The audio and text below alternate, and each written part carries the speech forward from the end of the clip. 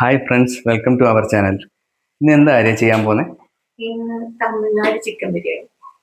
അതിന് വേണ്ടിയിട്ട് ഞാൻ ചിക്കൻ മിക്സ് ചെയ്ത് വെച്ചിട്ടുണ്ട്. തൈര്, മുളക് പൊടി, ഗരം മസാല, കുരുമുളക് പൊടി, ഉപ്പെല്ലാം ചേർത്ത് മിക്സ് ചെയ്ത് വെച്ചിട്ടുണ്ട്. നമ്മൾ ഈ തൈര് വെച്ചിട്ട് മിക്സ് ചെയ്ത് വെക്കുമ്പോഴത്തേക്ക് ചിക്കൻ നല്ല സോഫ്റ്റ് ആവും. അതിന് വേണ്ടിയിട്ട് അപ്പം ഞാൻ ഒരു ഹാഫ് ആൻ അവർ അല്ലെങ്കിൽ 1 അവർ ഞാൻ ഇങ്ങനെ മിക്സ് ചെയ്ത് വെക്കും. അപ്പം ചിക്കൻ സോഫ്റ്റ് ആയി കിട്ടും. അതിന് വേണ്ടിയിട്ടാണ് സോഫ്റ്റ് ആവുകയും ചെയ്യും, പെട്ടെന്ന് കുക്ക് ആവുകയും ചെയ്യും. അപ്പൊ അതിന് വേണ്ടിയിട്ടാണ് ഞാൻ ഇങ്ങനെ മിക്സ് ചെയ്ത് വെച്ചിട്ടുണ്ട്.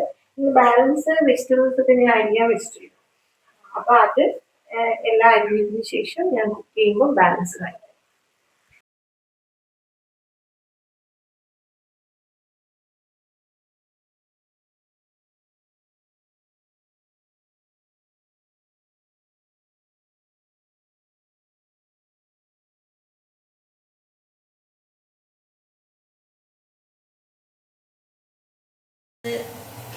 ഇഞ്ചി വെളുത്തുള്ളി പേസ്റ്റ്, ഇഞ്ചി വെളുത്തുള്ളി പച്ചമുളക്, മല്ലിയില ഇതെല്ലാം കൂടെ ഒന്ന് അരച്ചതാണ്. മിക്സിയിലിട്ട് അരച്ചിട്ട് അത് ആ നെയ്ക്കകത്തോട്ടിട്ടൊന്ന് ആക്കുന്നത്. സവാള ഇട്ട് കൊടുക്കുന്നത്.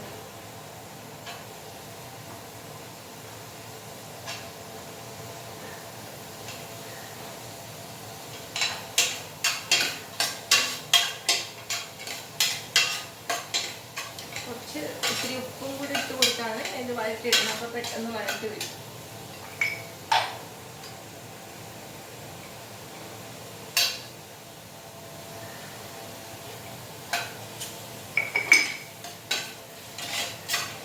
എണ്ണ കുറവാ തോന്നുന്നു. അപ്പോൾ ഞാൻ കുറച്ച് എണ്ണയും കൂടെ ഒന്ന് ഒഴിച്ചു കൊടുത്ത്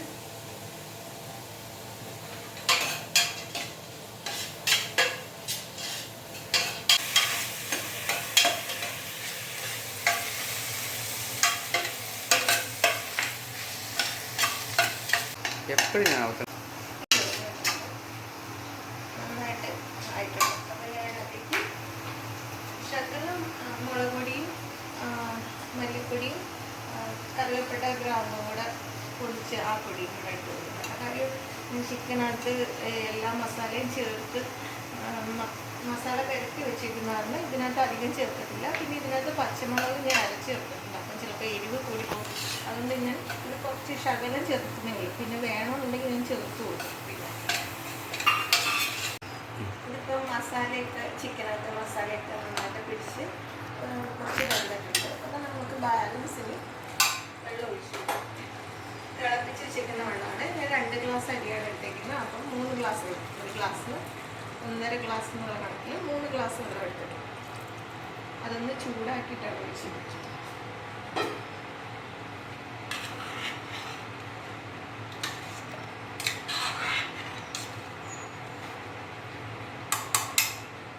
ഇതൊന്ന് തിളച്ച് വരുമ്പോഴത്തേക്ക് നമുക്ക് അതിനകത്തേക്ക് അരി ഇട്ട് കൊടുക്കാം.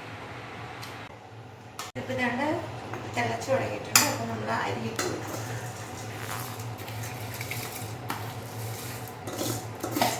അരമണിക്കൂർ കുതിർത്ത് വെച്ച് അരിയാണ്, അതാണ് ഇട്ട് കൊടുക്കുന്നത്.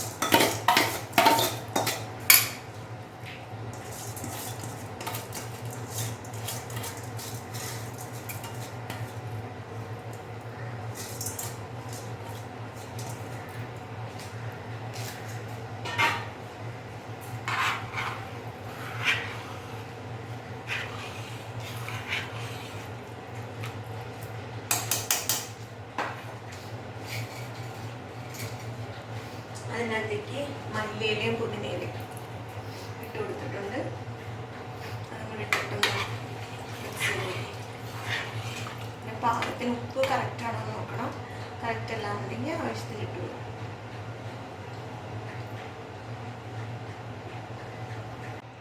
ഇതൊന്ന് അടച്ച് വെച്ച് വേവിക്കാം. ഇടയ്ക്കിടയ്ക്ക് നമ്മൾ ഇളക്കി കൊടുക്കണം. ഇത് ഇടയ്ക്കിടയ്ക്ക് നോക്കി ഇളക്കി കൊടുത്തുകൊണ്ടിരിക്കണം കേട്ടോ.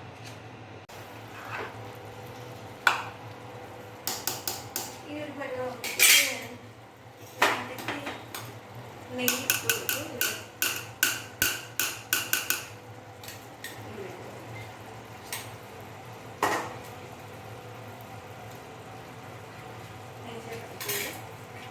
അതിൻ്റെ കൂടെ ബാലൻസ് കുറച്ച് ഞാൻ പുതിന മല്ലിയില ഇട്ട് വെച്ചിട്ടുണ്ടായിരുന്നു. അപ്പോൾ അതും കൂടെ ചേർത്തിട്ട് ഇളക്കി കൊടുത്തിട്ട് ദം ചെയ്യാൻ വയ്ക്കും.